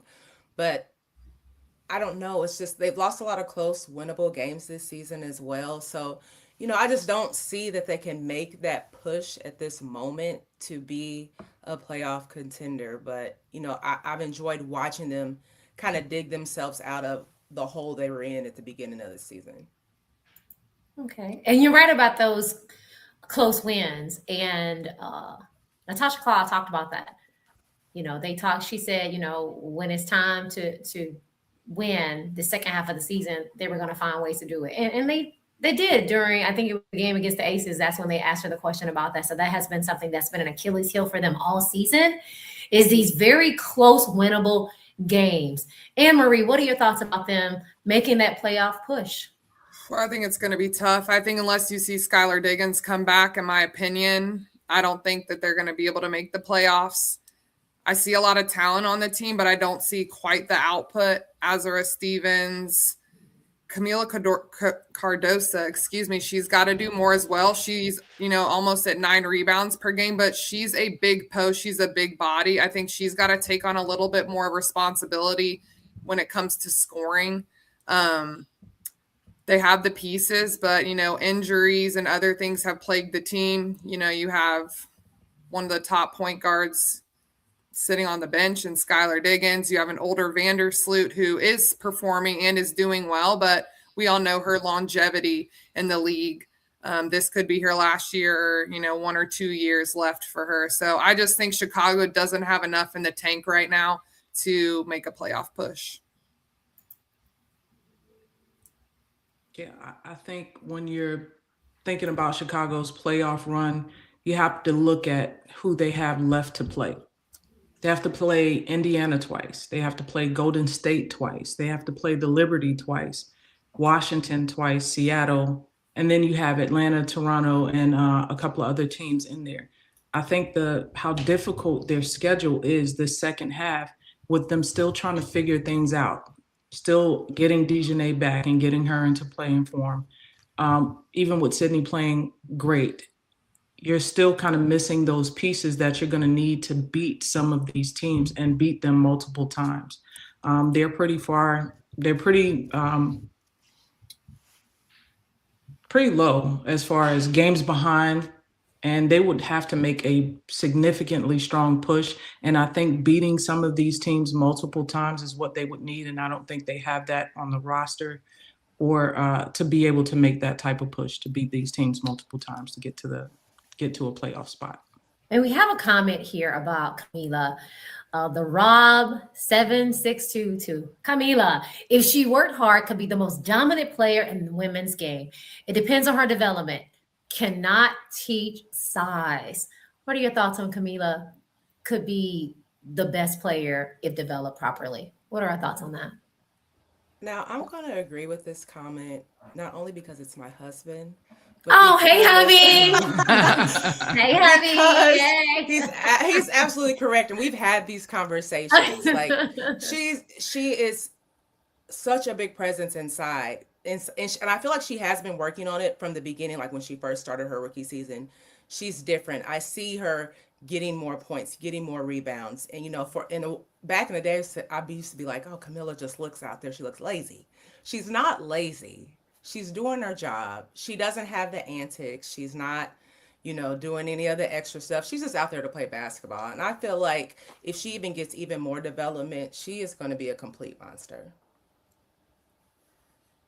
You can't teach height. You can't teach size. And I mean, she has both of those. I think, a little bit more time in the gym. I think she's got to be more assertive on the offensive end. You need to demand the ball. You are a big mama girl, get the ball and get on that block and go to work. And she has the ability to do so. We've seen her do it. I think it's not consistent. And I don't think she's being as aggressive or as assertive as she should be. She's long, she's strong. I mean, we see Brianna Jones. It's so hard for people to get around her, and she's only 6'2", 6'3". She knows how to seal. Imagine, 5 inches taller in Cardoso. She can be the best center in the league, in my opinion, but I think she's got to be more assertive and just more consistent and get in the gym. And Courtney, you said she was the best player on the team. So what are your thoughts on this? I love that comment that you can't teach height. You absolutely can't teach that. I think there's always her rebound and what she brings. I don't think Chicago's using her they're not using her the correct way. I think finding a way, and I talked about this again with Atlanta Dreams, the same kind of thing. Like you have to find ways to maximize what your player's strengths. And I think that kind of goes to the X's and O's sometimes, right? It's not always a player thing where she's not doing or what she's not capable of doing. Sometimes it's within the game plan. It's exploiting matchups and using her in the best possible way for the team there's not a lot of players that can stop her because she is that tall. You just can't do anything with her height and her size, but it's about putting her in positions where she doesn't have to put the ball on the floor. She can turn around and shoot the ball, because Kamilla Cardoso, in a situation where she turns around and shoots the ball, nothing you can do about it. Yeah, sometimes I just yell at the basket, can't do anything. And I just feel like, Kamilla, girl, you are big. If you don't get more rebounds, girl, like I just get so, girl, like come on, Kamilla. But as someone says, she always does it with a smile on her face. She's always so positive. And sometimes, girl, I need to get the dog in you. I need to like be more aggressive and more assertive. And I think if she has that, she could be dominant. Because Dawn Staley did a great job with her. And we just need a little bit of that for that coaching staff there in Chicago to take her to the next level. It was a reason why she was drafted so high, because of what they saw in her. Now we're going to talk about some expansion teams. Who doesn't love a good expansion team, right? So we have two expansion teams. We're going to talk about Fire and Tempo. Of these two teams, who is having the best inaugural season so far? They have almost identical records. They play each other, I want to say on Thursday, if I'm not mistaken. So we'll get a chance to see them battle it out.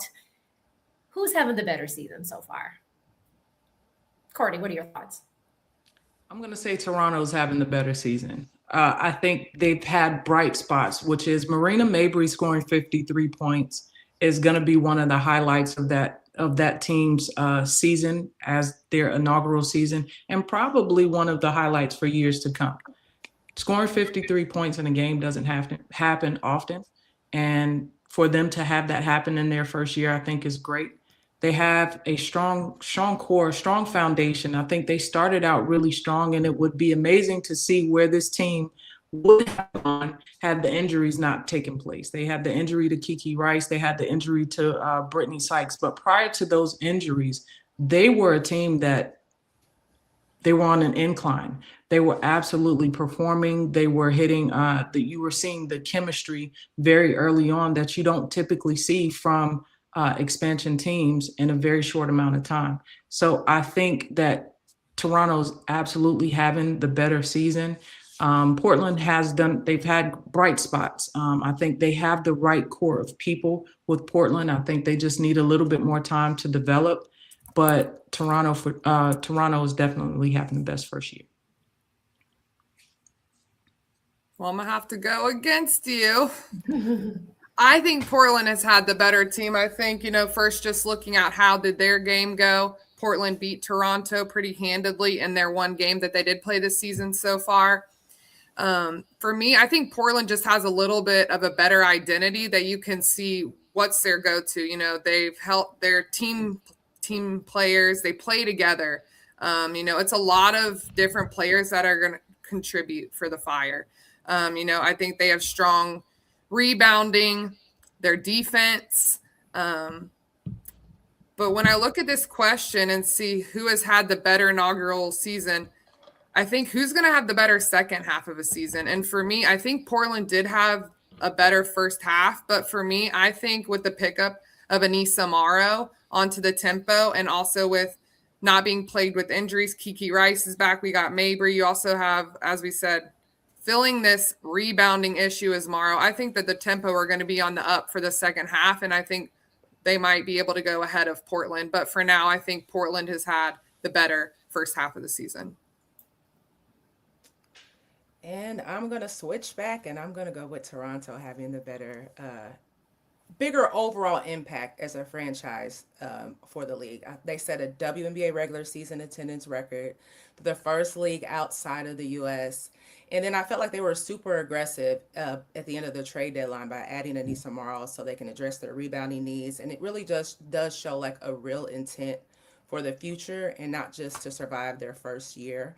So if we're doing it on the wins and losses, I think Portland has them by just a tad.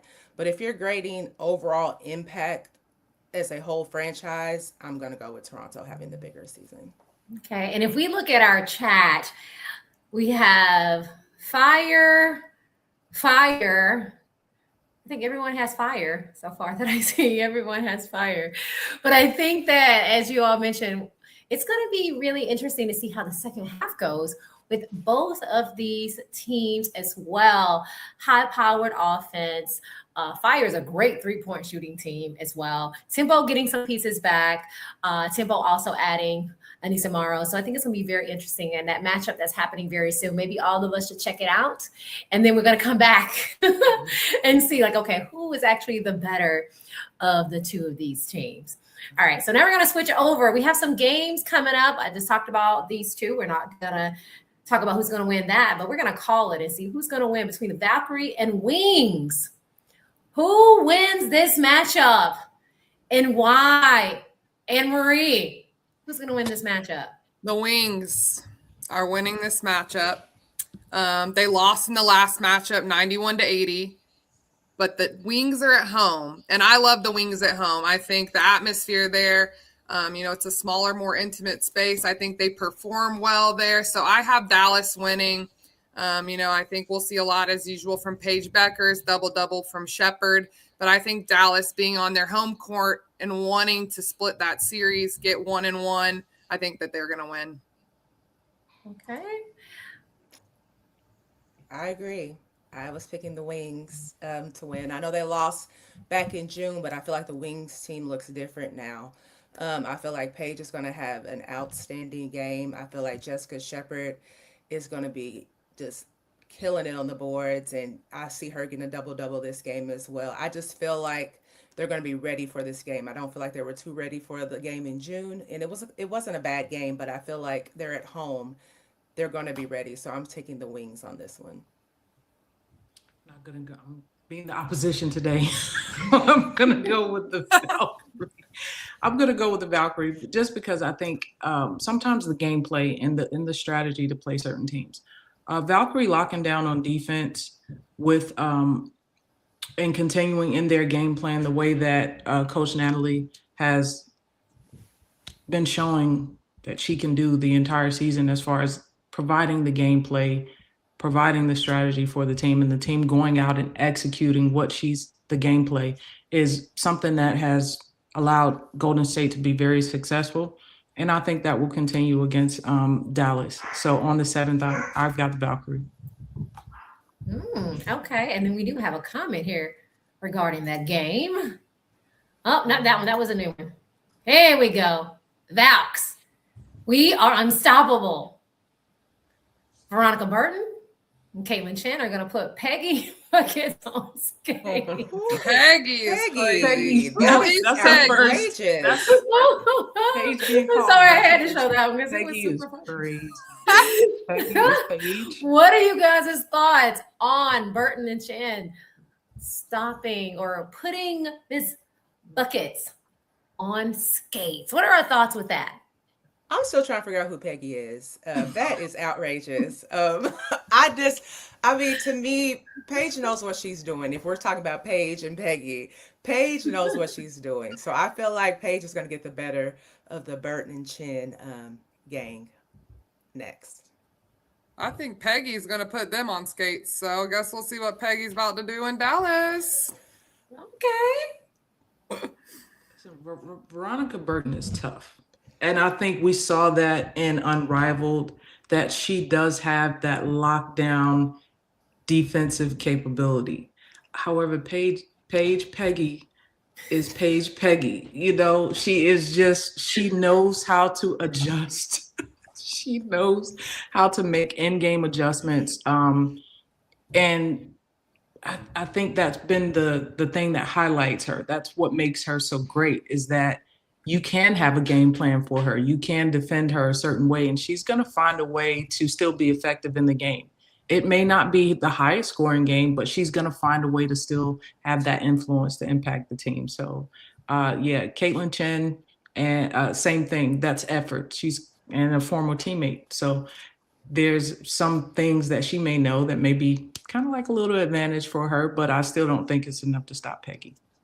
I'm sorry. The Peggy Buckets is hilarious. Okay. Can we hashtag that? I'm in love with that now. I don't know what it means, but Right. What was Peggy inspired by? let us know. Where do we get Peggy from? Put it in the chat. We want to know. We're super What's the hilarious. origin? Give us Totally the love it. motivation behind Peggy. We totally love it. All right, now we have the last game that we're going to preview and who we think is going to win that game. And in that one, we have, this is going to be a good one, y'all. Y'all ready for this one? Ooh. No, not ready. Aces.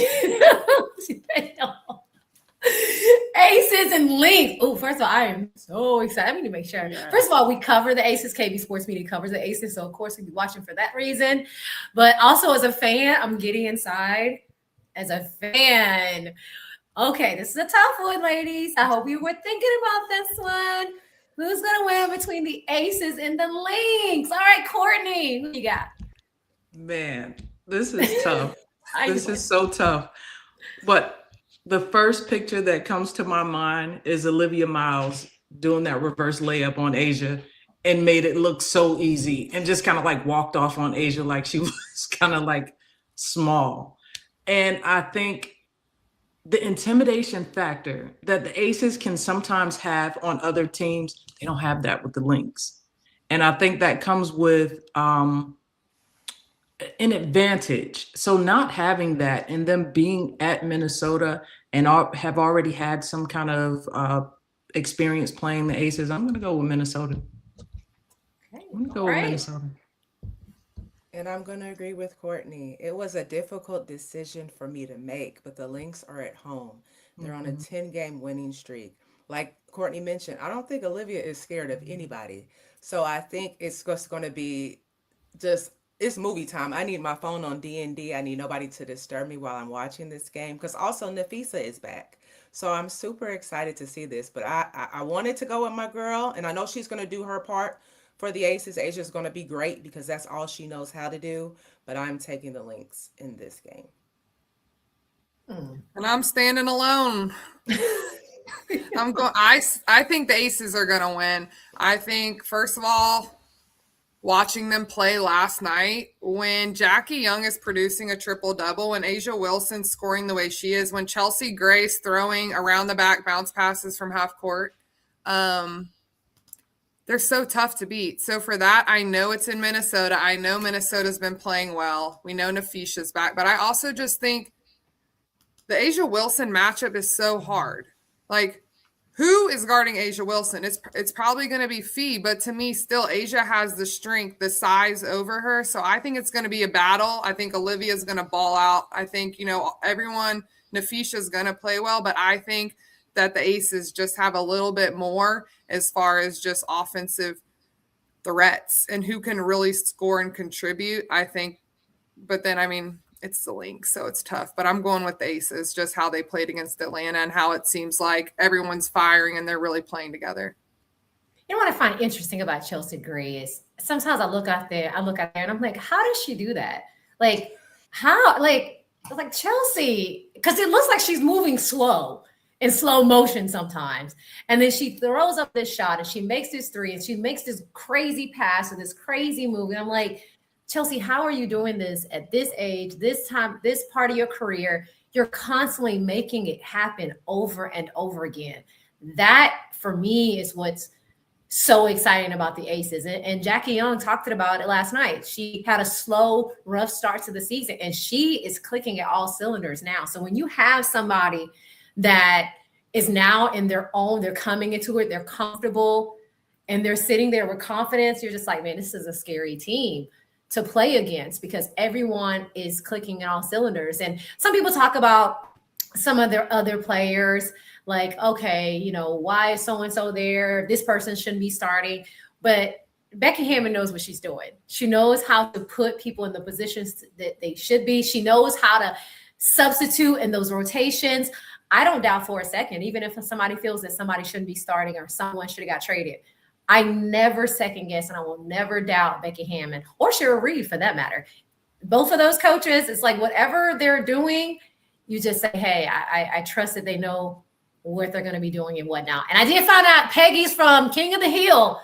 I watch King of the Hill. Anybody watch King of the Hill, ladies? I used to.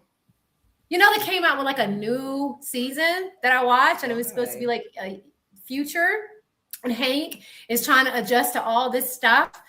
I thought it was pretty funny. I don't know if it's coming back, but I kind of really liked it as well. I didn't know that. Yeah, I think it's on Hulu or something. I don't know. Oh. But yeah, I saw it. It was pretty cool. So that's where Peggy's from. Peggy Buckets. Love it.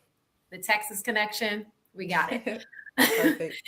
And so also another comment here, I think we both can agree, Hammond Reese is elite coaching competition. Doesn't get any better than that. I think that these two are arguably the best coaches in the WNBA. And to see them with their elite players, I think every eye should be on this game as well. All right, ladies, this is the end of our show. Any last minute things you all want to say to our audience before we close out today's show? I do want to say that I really appreciate the comments that you guys leave. It's good talk for us. It's good for us to be able to engage with everybody. So keep it going. Thank you, everybody. The Peggy buckets is that is gonna take me out. I think it's gonna stick. So I appreciate the interaction and the engagement for that, because that's classic. So just the comments, the interaction that you guys are providing us, and then just great panel of ladies. Tell a friend to tell a friend. We would love for more of your friends to join us. So thank you guys for coming and your support. And we really look forward to seeing you guys hopefully again next week. All right, everyone. This is the end of our show here with Hoops and Hers. I am your host, Lakeisha KB Brooks. And of course, I was joined by my esteemed panel, Courtney, Keena, and Anne Marie. As mentioned, come check us out every Tuesday, 12 p.m. to 2 p.m. Eastern Standard Time. And if you haven't already, make sure to download our app. You don't have to find it in the App Store.